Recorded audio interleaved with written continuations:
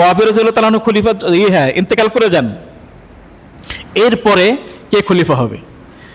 Yazid তো খলিফা বসে গেছেন, কিছু লোক, কিছু সাহাবী, কিছু লোক সবাই মুসলমান তার হাতে বায়াত গ্রহণ করেছেন। কুফাবাসীরা ইয়াজিদের হাতে বায়াত না গ্রহণ করে তারা চিঠি লিখতে থাকে হুসাইন রাদিয়াল্লাহু তাআলা আনহুর কাছে।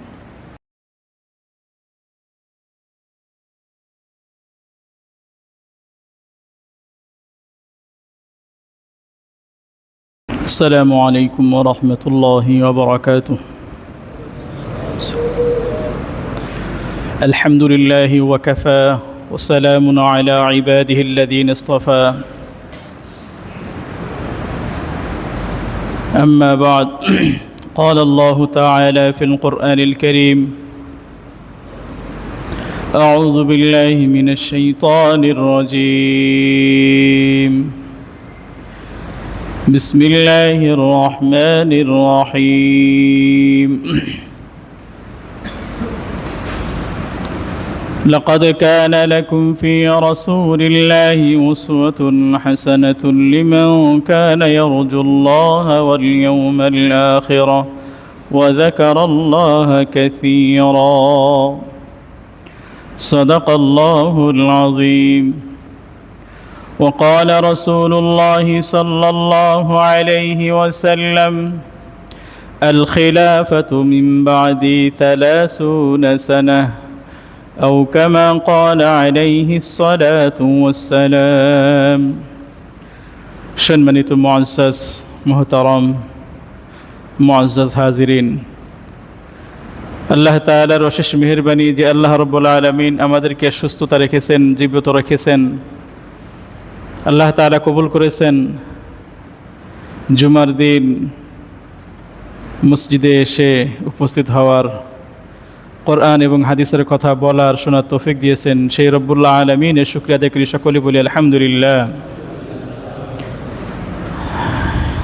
আজকের দিন, আজকের মাস অত্যন্ত গুরুত্বপূর্ণ মুসলমানদের জন্য। আজকে আশুরা এবং মুহররম মাসের আশুরা। আশুরা শব্দটি আশারুন, আশুন মানে 10, আর আশুরা এখান থেকে আসছে, এটা অর্থ দশম। আজকে মুহররম, আরবি মাসের প্রথম মাস মুহররম মাসের 10 তারিখ আজকে। এই মুহররমের 10 তারিখে পৃথিবীতে অনেক ঘটনা আছে। সবচেয়ে উল্লেখযোগ্য যে ঘটনাটা, যেটা আল্লাহ রাসূল সাল্লাল্লাহু আলাইহি ওয়াসাল্লাম বর্ণনা করেছেন, যে কারণে আল্লাহ রাসূল সাল্লাল্লাহু আলাইহি ওয়াসাল্লাম এই দিন রোজা রেখেছেন, সাহাবাদেরকে রোজা রাখার আদেশ করেছেন। মুহাদ্দিসিনে কেরাম বলেন, উলামায়ে কেরাম বলেন যে এই কারণে দেখা যায় যে আশুরা রোজা ফরজ ছিল রমজানের রোজা ফরজ হওয়ার আগে। রমজানের রোজা ফরজ হয়েছে 2য় হিজরিতে, তার আগে আশুরা রোজা কিন্তু ফরজ ছিল। কেন? আমরা জানি যে আরবি মাসের 4টি মাস খুব গুরুত্বপূর্ণ মাস। যুলকাদা, যুলহিজ্জা, মুহররম, এই 3টা মাস ধারাবাহিক। পিছনে 2 মাস চলে গেছে, এইটা হলো 3য় মাস। আরেকটি মাস হলো রজব মাস। এই 4টি মাস আল্লাহ তাআলার কাছে খুব সম্মানিত। মিনহা আরবাতুন হুরুম, 4টা মাস আল্লাহ তাআলার কাছে খুব সম্মানিত, সকলের কাছে, মুসলমানদের কাছেও সম্মানিত। এমনকি জাহিরি যুগে, অন্ধকার যুগেও, মূর্খতার যুগেও এই মাসগুলো তারা সম্মান করত। তারা এই মাস থেকে, এই মাসে কোনো যুদ্ধ করতো না, এই মাসে অন্যায় কাজ করতো না। আল্লাহ তাআলা কোরআনে বলছেন, ফালা তাজলিমু ফীহিন্না আনফুসাকুম, তোমরা এই মাসে গুনাহ করো না। ফালা তাজলিমু ফীহিন্না আনফুসাকুম, হ্যাঁ। আর এই মাসে কবিরা গুনাহ, সকল গুনাহ থেকে নিজেদেরকে হেফাজত করা, হ্যাঁ। আমরা এই মাসগুলো সম্মান করব। যুলকাদা, যুলহিজ্জা, মুহররম আমাদের সাথে বর্তমান আমরা এই মাসে অবস্থান করছি। আর এই 10 তারিখে আমরা জানি মুসা আলাইহিস সালাম এক জালেম শাসকের দ্বারা খুব নির্যাতন হয়েছে, মজলুম হয়েছিলেন। বনি ইসরাইল সহ মুসা আলাইহিস সালাম যে এমন জালেম ছিল যে ছেলে সন্তান হলে জবাই করে দিত পিতামাতার সামনে, আর মেয়ে সন্তানদেরকে জীবিত রাখত। ইযাববিহুনা আবনাকুম ওয়া ইস্তাহয়ুনা নিসাআকুম, এইরকম জালেম ছিল। হ্যাঁ, এরপরে বিভিন্ন ঘটনা মুসা আলাইহিস সালামের সাথে ঘটনা ঘটছে। আল্লাহ তাআলা মুসা আলাইহিস সালাম বনী ইসরায়েলকে পরিত্রাণের জন্য সফর করতে বলছিলেন। তো রাতের আধারে যখন তারা চলে গেছে, যাওয়ার পরে যখন সামনে সাগর, পিছনে দেখা যাচ্ছে ফিরআউনের দল চলে আসছে তাদেরকে, তখন তারা বলেছিলেন, মুসা তোমাদের বনী ইসরায়েল বলছিলেন, তোমার কথা এসে তো আমরা আরো ধরা খেলাম, এখন সামনে হলো সাগর, পিছনে হলো ফিরআউনের, ইন্না লামুদরাকুন। তারা কঠিনভাবে বলছেন ইন্না লামুদরাকুন, এখানে দুইটা তাকিদ ব্যবহার করেছেন যে নিশ্চয় নিশ্চয় লামুদরাকুন, অবশ্যই আমরা ধরা খেয়ে গেলাম, আমরা পাকড়াও হয়ে গেলাম। এখন তো আমাদের জীবনটা, আগে তো জীবন নিয়ে বেঁচে থাকতাম, কষ্ট হলেও নির্যাতন হলেও বেঁচে ছিলাম, এখন তো আমরা মারা যাব। তখন মুসা আলাইহিস সালাম জবাব দিয়েছিলেন, তারা যেরকম তাকিদ দিয়ে বলেছিলেন, আল্লাহ তাআলা এটা বলছেন, কাল্লা ইন্নাহু লা ইয়াহদিন সায়াহদিন ইন্না রাব্বি সায়াহদিন। অবশ্যই কাল্লা, মুসা আলাইহিস সালাম অবশ্যই তাকিদ দিয়ে বলেছেন, না আল্লাহ তাআলা আমাদেরকে পথ দেখাবেন। এরপর বলেছিলেন যে তুমি তোমার হাতের লাঠি দ্বারা সাগরে আঘাত করো, 12টা রাস্তা তৈরি হয়ে যায়। আল্লাহ তাআলা এই দিনে মুসা আলাইহিস সালামকে পরিত্রাণ দিয়েছিলেন, নাজাত দিয়েছিলেন। তো এরপরে মুসা আলাইহিস সালাম শুকরিয়াতান তাজিমান, হ্যাঁ, এটা হলো বিজয়, এটা হলো মুক্তি, এটা হলো আনন্দ। এই বিজয়ের খুশিতে, এই আনন্দের খুশিতে, হ্যাঁ, এই বিজয় দিবস পালন করার জন্য মুসা আলাইহিস সালাম রোজা রাখতেন এই 10ই মুহররম।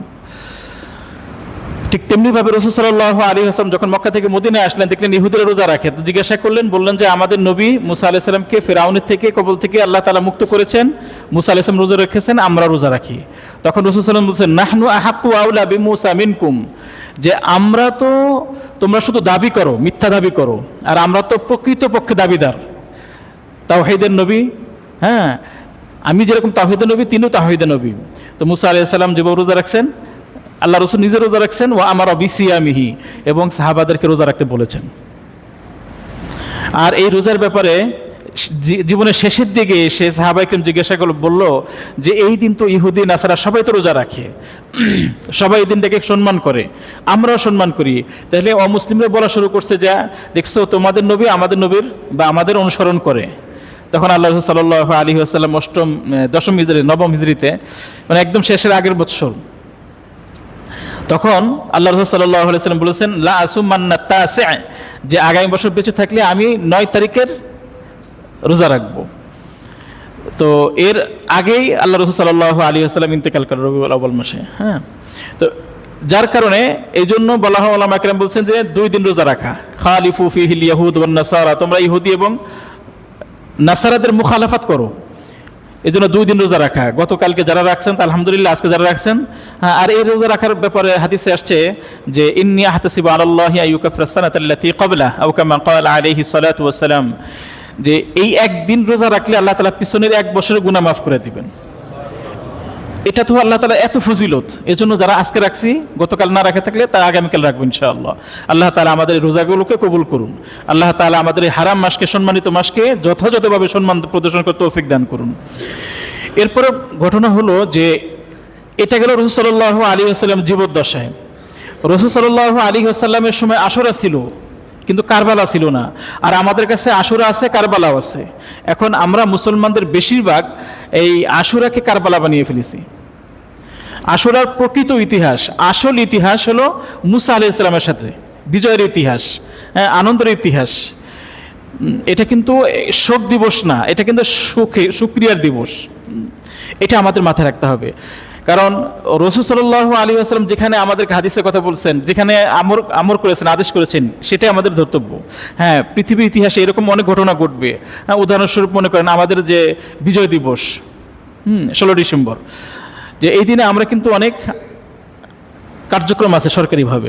এখন আল্লাহ না করুক কোনো দিন যদি এই দিনে পৃথিবী ইতিহাসে বা ভবিষ্যতে যদি কোনো ঘটনা ঘটে, এমন কোনো ঘটনা যেখানে লাখ লাখ মানুষ মারা গেছে, তাহলে কোনো দিন এই বিজয় দিবসটা কি বাদ যাবে? সম্ভব না, এটা কিন্তু সম্ভব না। হ্যাঁ, ইতিহাস যখন আলোচনা হবে তখন এই ঘটনাও আসবে যে দুঃখের একটা কারণ আছে আমাদের এখানে। বিজয় দিবস যেরকম আমাদের জন্য আনন্দের, আমাদের এই দিনে এমন একটা ঘটনা ঘটছে। হ্যাঁ, তো এই জন্য এই দিনে কিন্তু অনেক ঘটনা ঘটতে পারে।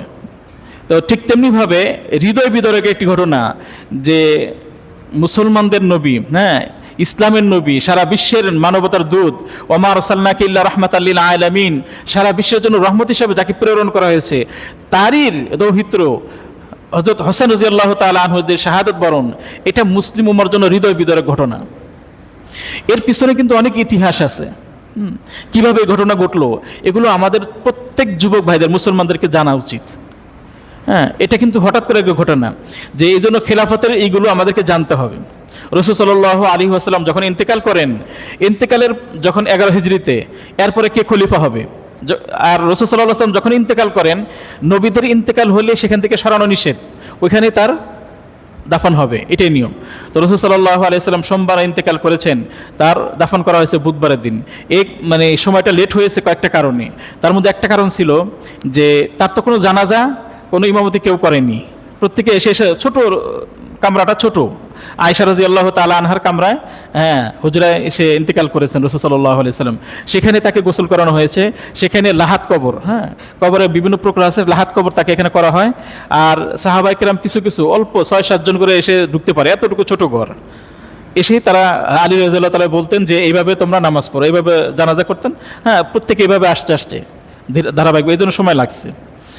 এরপরে রাসূল সাল্লাল্লাহু আলাইহি ওয়াসাল্লাম যখন প্রথম দিকে যখন ইন্তেকাল হয়, তখন কিন্তু এই লাস্টের সময় রাসূল সাল্লাল্লাহু আলাইহি ওয়াসাল্লাম যখন লাস্টে অসুস্থ ছিলেন, তখন কিন্তু রাসূল সাল্লাল্লাহু আলাইহি ওয়াসাল্লাম দেখলেন একদিন যে সাহাবায়ে কিরাম কিভাবে নামাজ পড়তেন। 17 ওয়াক্ত রাসূল সাল্লাল্লাহু আলাইহি ওয়াসাল্লাম জীবিত থাকা অবস্থায় 17 ওয়াক্ত হযরত আবু বকর রাদিয়াল্লাহু তাআলা আনহু ইমামতি করেছেন।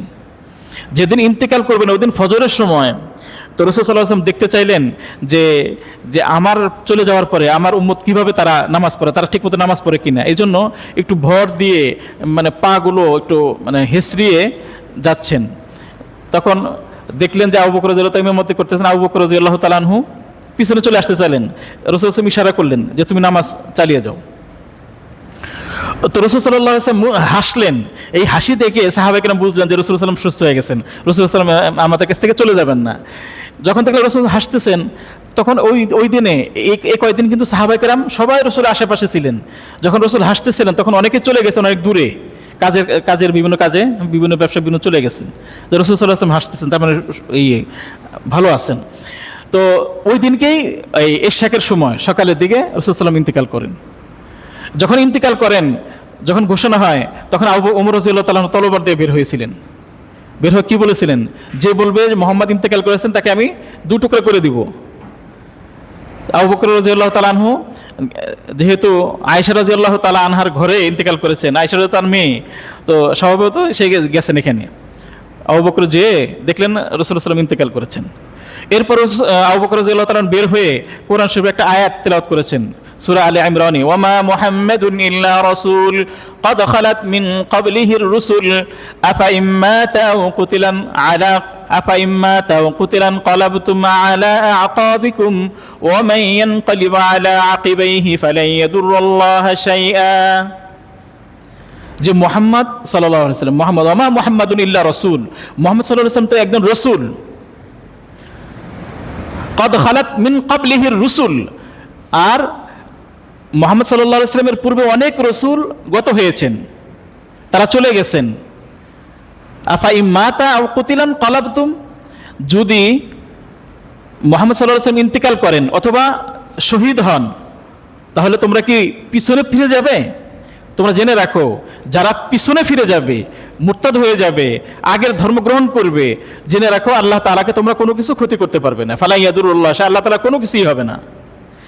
তো ওমর রাদিয়াল্লাহু তাআলা এই আয়াত শুনে বললেন, মনে হচ্ছিল তো এই আয়াত আমি আগে শুনিই নেই, এইরকম। অর্থাৎ মানে তখন কিন্তু আবু বকর রাদিয়াল্লাহু তাআলা এই ভাষণ শোনার পরে ওমর রাদিয়াল্লাহু তাআলা শান্ত হয়েছিলেন। এরপরে রাসূল সাল্লাল্লাহু আলাইহি ওয়াসাল্লাম মানে ইন্তেকাল দাফন কাফনের পরে আসলে এখন চিন্তা করলো সবাই সাহাবায়ে কেরাম যে মুসলমান তো ইমাম ছাড়া থাকতে পারে না। এরপরে সবাই করতে তালাশ করতে শুরু করলো রাসূল সাল্লাল্লাহু আলাইহি ওয়াসাল্লাম কাউকে নির্দেশনা দিয়ে গেছে কিনা যে কে ইমাম হবে। তো একটা হাদিস আসলো, আল আইম্মাতু মিন কুরাইশ, যে ইমাম হবে কুরাইশের বংশ থেকে। পরে ওমর রাদিয়াল্লাহু তাআলা আনহু বলল যে আমি হাদিস শুনেছি। তারপর ওমর রাদিয়াল্লাহু তাআলা আনহু আবু বকরের হাতে বায়াত গ্রহণ করলেন, বায়াতু আলা আবি বকর আলা ইয়াদি আবি বকর আলা সালাতিন ওয়া সাইফিন, আমি আবু বকর রাদিয়াল্লাহু তাআলা আনহুর হাতে এই নামাজ এবং তরবারের নিচে, তরবারের জন্য আমি তার আনুগত্যের বায়াত গ্রহণ করলাম। তো ওমর রাদিয়াল্লাহু তাআলা আনহু যেখানে বায়াত গ্রহণ করছেন আবু বকরের হাতে, বাকি সাহাবায়ে কেরাম সকলেই বায়াত শুরু করলেন।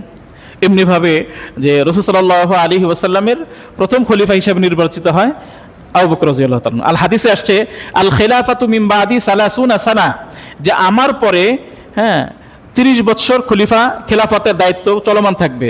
সুম্মা তাকুনু মুলকান, এরপরে রাজত্ব অন্যভাবে চলবে। তো 30 বছর পর্যন্ত খলিফা রাজা ছিলেন। তো আবু বকর রাদিয়াল্লাহু তাআলা 2 বছর 3 মাস 10 দিন খেলাফতের দায়িত্ব পালন করে। তো আবু বকর রাদিয়াল্লাহু তাআলা আনহু খেলাফতের শেষের দিকে এসে ওমর রাদিয়াল্লাহু তাআলা আনহুকে মনোনীত করে যান। সাহাবাদের সাথে পরামর্শ করে ওমর রাদিয়াল্লাহু তাআলা আনহুর সাথে খলিফার দায়িত্ব দিয়ে যান। এভাবে ওমর রাদিয়াল্লাহু তাআলা আনহু খলিফা হন এবং সাহাবায়ে কেরাম তার হাতে বায়াত গ্রহণ করেন। ওমর রাদিয়াল্লাহু তাআলা আনহু যখন খলিফা হন, তিনি তো অনেকেই তা দু একজনকে একটু প্রথম করতেন যে ওমর রাদিয়াল্লাহু তাআলা আনহুকে দেওয়া যাবে না, কারণ ওমর রাদিয়াল্লাহু তাআলা যে মানে রাগী মেজাজে ছিলেন। তখন আবু বকর বলছেন না, তার ক্ষমতা পেলে সে আস্তে শান্ত হয়ে যাবে। আর ওমর রাদিয়াল্লাহু তাআলার ব্যাপারে তো আপনারা অনেকেই জানেন যে একবার এরকম রেশন আসছে যে কাপড় দেওয়ার জন্য কাপড় দিচ্ছেন। তো সাহাবায়ে কেরাম যারা ছিলেন তারা অনেকে কাপড় পেয়েছেন, কাপড় কিন্তু পরিপূর্ণভাবে তার মানে জামা কাপড় হয় না। আবার এদিকে ওমর রাদিয়াল্লাহু তাআলা অনেক লম্বা ছিলেন। তো সবাই যেরকম কাপড় পাইছেন ওমর রাদিয়াল্লাহু তাআলা সেরকম পাওয়ার কাপড় করার কথা। তো খুতবা দিচ্ছেন, দেখা যাচ্ছে ওমর রাদিয়াল্লাহু তাআলার কাপড় কত সুন্দর, একদম ফিটফাট হয়ে গেছে। তখন একজন সাহাবী দাঁড়িয়ে জিজ্ঞাসা করছেন খুতবার সময় যে আমিরুল মুমিনিন, আমরা কাপড় পাইলাম, আমাদের কাপড় দ্বারা জামা হয় না, অথচ আপনার কাপড় দ্বারা জামা হয় কিভাবে? এরকম ভাবে সাহাবায়ে কেরাম মানে খলিফাকে এসে জিজ্ঞাসা করতে সাহস পাইতেন।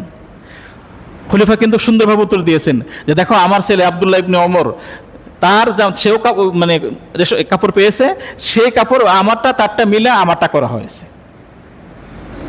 এইরকম ভাবে ওমর রাদিয়াল্লাহু তাআলা এত রাগে ছিলেন, কিন্তু শান্ত, ইসলামের ব্যাপারে খুব কঠিন ছিলেন। আবার নিজের ছেলেকে কিন্তু ব্যত্রাঘাত করতে কিন্তু সে ছাড়েননি। তো ওমর রাদিয়াল্লাহু তাআলা আনহু প্রায় 10 বছর খেলাফতের দায়িত্ব পালন করেন।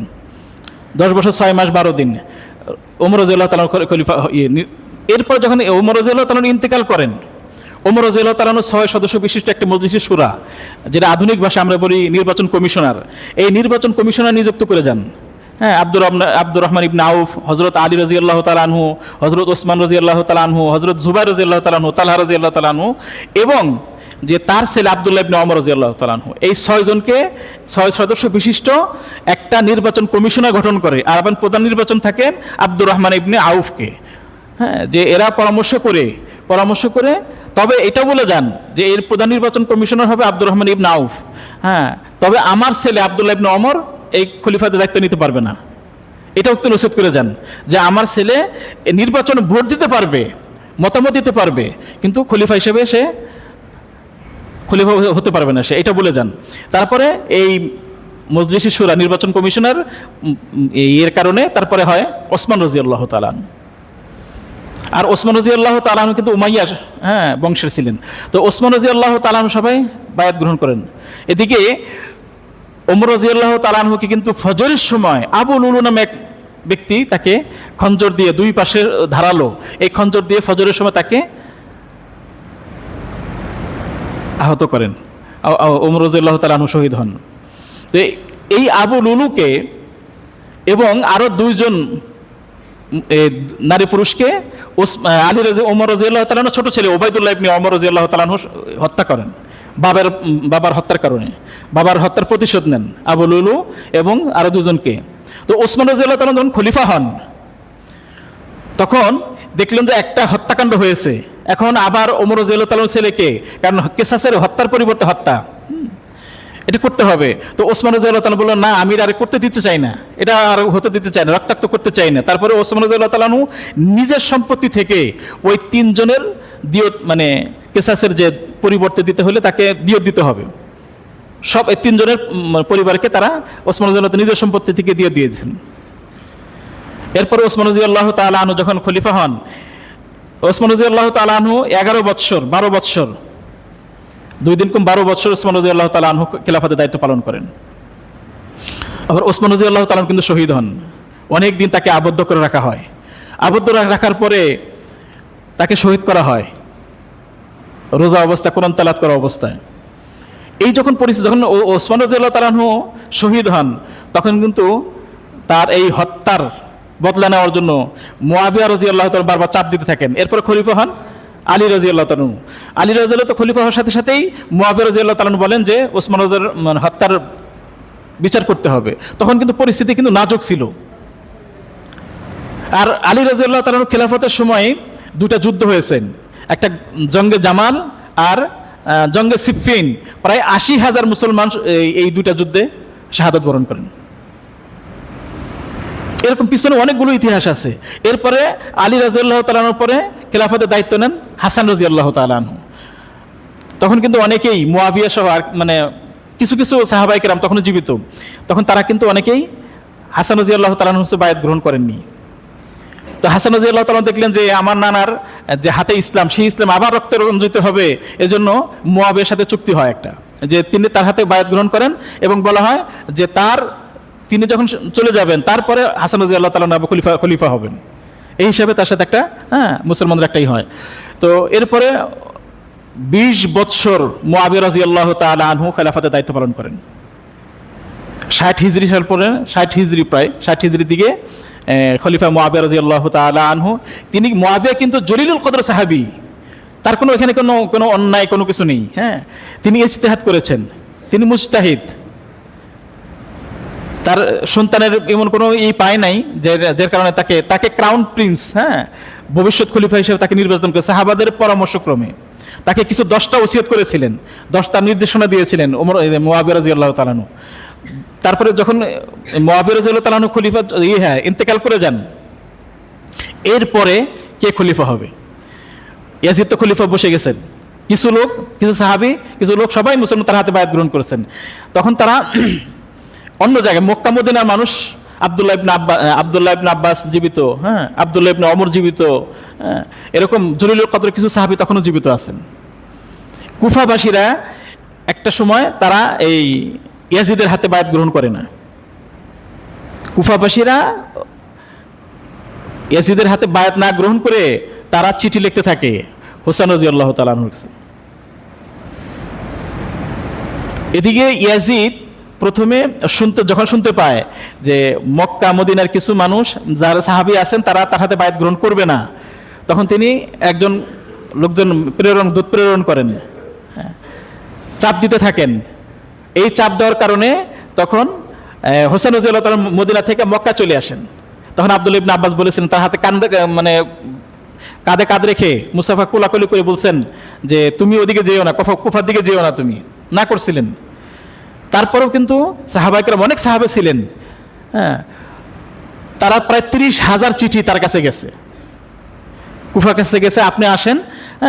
তো হুসেন রাদিয়াল্লাহু তখনও বিশ্বাস করে নাই। তার চাচাতো ভাই মুসলিম ইবনে আকিল রাদিয়াল্লাহু তাআলা আনহুকে প্রেরণ করেছেন আসলে ওখানকার তদন্ত করার জন্য, যে আসলে ওখানকার ঘটনাটা কি। তারা যে আমাকে চিঠি পাঠাচ্ছে, আমাকে বায়াত গ্রহণ করতে যাচ্ছে, তারা ইয়াজিদের কাছে বায়াত গ্রহণ করেনি। মুসলিম ইবনে আকিল রাদিয়াল্লাহু তাআলা আনহু যাওয়ার পর দেখলেন যে বাস্তবে এরকম কিছু আছে। যখন মুসলিম ইবনে আকিল এখানে আসছেন, ইয়াজিদ খবর পেয়ে, আব্দুল্লাহ ইবনে জিয়াদ যখন এখানকার গভর্নর যে ছিলেন, এই মুসলমানরা মুসলিম ইবনে আকিল সহ সবাই ওই গভর্নরের বাড়ি ঘেরাও করছেন। ওই গভর্নর এমন করা ভাষণ দিয়েছেন, মাত্র 3 জন ব্যক্তি ছাড়া বাকি সবাই কুফাবাসীরা চুপ চলে গেছেন। মুসলিম ইবনে আকিল একা হয়ে গেছেন, তাকে আবদ্ধ করে তাকে শহীদ করা হয়েছে। এদিকে হোসেন রাদিয়াল্লাহু তাআলা আনহু রওনা দিয়েছেন মক্কা থেকে কুফার উদ্দেশ্যে।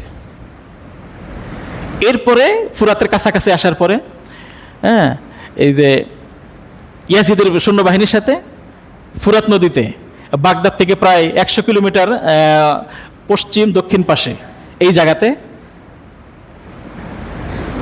হোসেন রাদিয়াল্লাহু তাআলা আনহুর সাথে হোসেন রাদিয়াল্লাহু 3টা প্রস্তাব দিয়েছিলেন, যে আমি যেখান থেকে আসছি আমাকে সেখানে ফেরত দেওয়া হোক, অথবা যে খলিফার কাছে নিয়ে যাওয়া হোক, আমি তার সাথে কথা বলবো, অথবা সীমান্ত আমি যাব, যেখানে যুদ্ধ চলতেছে সেখানে আমি যুদ্ধ করতে করতে শহীদ হব। কিন্তু তারা তাকে কোনোটাই যেতে দেয়নি। হোসেন রাদিয়াল্লাহু তাআলা আনহুর ছোট্ট শিশু, 6 মাসের আলী আসগর শিশু, দুধের শিশু, তাকে সহ রাসূল সাল্লাল্লাহু আলাইহি ওয়াসাল্লাম পরিবারের 19 জন সদস্যকে শহীদ করেন তৃষ্ণাস্ত অবস্থায়, পানি পিপাসা। এবং মানে হোসেন রাদিয়াল্লাহু তাআলার সাথে আরও অর্ধ শতাধিক বীর যারা ছিলেন, হ্যাঁ, তাদেরকেও শহীদ করা হয়।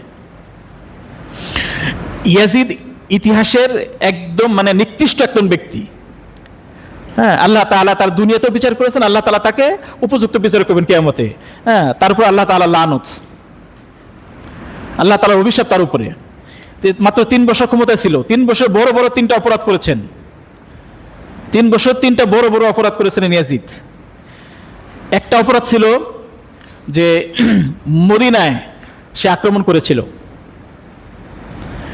মুহাজির আনসার সাহাবী সহ উলামায়ে কেরাম সহ 1700 মুসলমানদেরকে শহীদ করেছেন মদিনায়। 700 হাফেজকে শহীদ করেছেন। সাধারণ মানুষ 10,000 শাহাদত বরণ করেছেন। এবং কুরাইশ বংশের 97 জন, এই 12,497 জন শহীদ হয়েছেন এই ইয়াজিদ বাহিনী, তাদের সাথে একটা যুদ্ধ হয় মদিনায়। এটাও একটা অপরাধ করেছিলেন। এরপরে মক্কায় একটা অপরাধ তো হুসাইন রাদিয়াল্লাহু তাআলা আনহুর শাহাদত, এটা বড় একটা অপরাধ। আর একটা অপরাধ মদিনায় এই যে 12,497 জনকে শহীদ করেছেন, শুধু এতটুকু ক্ষান্ত হয়নি। ইয়াজিদের এই নির্মম বাহিনীটা, এই বাহিনী নারীদের প্রতি জুলুম করেছেন, দর্শন করেছেন, যার কারণে প্রায় 1000 খানিক সন্তান হয়েছেন। এই সন্তানদেরকে বলেছে হাররা যুদ্ধের সন্তান, তাদেরকে বলা হতো হাররা যুদ্ধের সন্তান। এইভাবে ইয়াজিদ তার দ্বিতীয় অপরাধ করেছেন। তৃতীয় অপরাধ করেছিলেন যে মক্কায় সে কাবা শরীফে আক্রমণ করেছিলেন। লেফটন যুক্ত এক ধরনের বোমা তৈরি করে আগুনযুক্ত সেটা কাবা শরীফে নিক্ষেপ করেছেন, কাবা শরীফকে ধ্বংস করার উদ্দেশ্যে। আর ওই বছরই ইয়াজিদ ইন্তেকাল করেন। 3 বছর 3টা বড় বড় অপরাধ করেছেন। হ্যাঁ, এই জন্য এই দিনটা মানে হোসেন রাদিয়াল্লাহু তাআলা আনহু শাহাদত বরণ করেছেন। এখন এই দিনে আমাদের করণীয় কি? যেটা রাসূল সাল্লাল্লাহু আলাইহি ওয়াসাল্লাম করেছেন সেটা আমাদের করতে হবে। হ্যাঁ, হোসেন রাদিয়াল্লাহু তাআলার মর্তবা আরও আল্লাহ তাআলা বৃদ্ধি করেন, এটা দোয়া করব। হ্যাঁ, ইয়ার জন্য ইয়াজিদের জন্য আমরা বদদোয়া করব, আল্লাহ তাআলা লানত কামনা করব। হ্যাঁ, হোসেন রাদিয়াল্লাহু তাআলা যেরকম নন্দিত, হ্যাঁ, আর ইয়াজিদ ততটাই নিকৃষ্ট। আজকের পৃথিবীতে কেউ কিন্তু তার সন্তানের নাম ইয়াজিদ রাখে না, কাউকে পাবেন না ইয়াজিদ রাখার। কিন্তু হোসাইন, অনেকের নাম হোসাইন, তার ভালোবাসা। হ্যাঁ, এখন হোসেন রাদিয়াল্লাহু তাআলা শাহাদত বরণ করেছেন, এটা মুসলমানদের জন্য খুবই বেদনাদায়ক। কিন্তু এর কারণে মাতম করা, হাদিসে আসছে যে কোনো ব্যক্তি মারা গেলে তার শোক মাতম করা যায় 3 দিন, 3 দিনের বেশি করা যায় না। শুধুমাত্র মহিলারা তার স্বামীর জন্য 4 মাস 10 দিন পালন করতে পারে। যুগ যুগ ধরে শোক পালন করা নিষেধ। আমরা জানি যে শহীদদের, যত শহীদ আছে পৃথিবীতে, এই শহীদদের মধ্যে সবচেয়ে সাইয়্যিদুশ শুহাদা বলা হয়, সর্দার, শহীদদের সর্দার হলো রাসূল সাল্লাল্লাহু আলাইহি ওয়াসাল্লামের চাচা হামজা রাদিয়াল্লাহু তাআলা আনহু।